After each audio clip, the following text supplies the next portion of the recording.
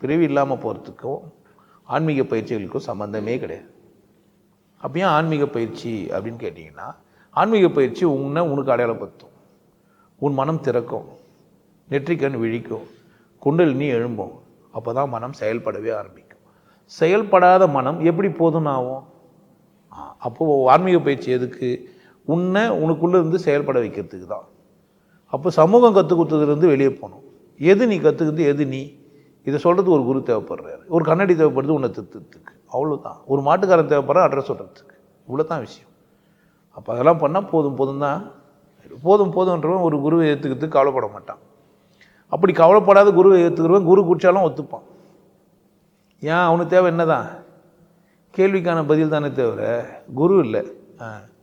அதனால் அவனுக்கு என்ன, குருவோட செயல்பாடு அவனுக்கு அக்கறை இல்லை. குரு என் கேள்விக்கு என்ன பதில் சொல்கிறார், அவர் என்ன ஒன்று பண்ணுகிறார், என்ன வந்துன்னு இருப்பான். புரியுதா? அப்போது பிறவி கடக்கிறதுக்கு, போதும்னு வாழ்கிறதுக்கு உதவுறவன் குரு, போதும்னு நினைக்கிறவன் செய்கிறார். அப்போ குரு எல்லாருக்கும் கிடைப்பாருன்னா, எல்லாருக்கும் தான் குரு கிடைப்பார். லோகத்தில் எல்லாம் தான் குருன்னு சொல்லி தெரியுமானுங்க. நீ தான் உஷாராகணும். அதுக்கும் ஒரு ஆப்ஷன் வச்சுட்டா, கேள்வி கேட்குற உரிமை தான் போன்றேன் நான்.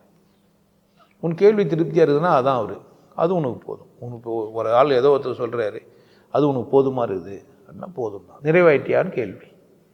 என் வீடியோ பார்க்குற நிறைவாயிட்டேன்னா சந்தோஷம்தான். புரியுதா என்ன சொல்கிறேன்னு? அப்போ பிறவி கடக்க முடியுமா, முடியாதா? பிறவி கடக்கிறதுக்கு வள்ளுவர் சொல்கிறாரு, அறவாழி அந்தணன் தாள் சேர்ந்தார் கல்லால் பிறவாழி நீத்தல் அறது. அப்போ அறவாணி அந்தன்னா, அறவாழி அந்தணன்னா, அறவாழி அந்தணன் அப்படின்னா யார்? அறத்தின்படி நிற்கிறவன், அந்தத்தை புரிஞ்சுக்கினவன். அறம் எது? தன் தேவையை நிறைவேற்றிக்கிறவனுக்கு பேர் அறத்தான். அது ரொம்ப சிறந்தது இல்லறத்தான். அறம் எனப்பட்டதோ இல்வாழ்க்கை, அதுவும் பிறர் படிக்காமலாம் இருக்க மாட்டான், அது அவன் இஷ்டம். நான் பிறர் படிக்கிறதை பற்றி நான் அக்கறை இல்லாமல் வாழ்றது தான் என் இஷ்டம். அப்போ பிறவி கடல் கடக்க முடியும்.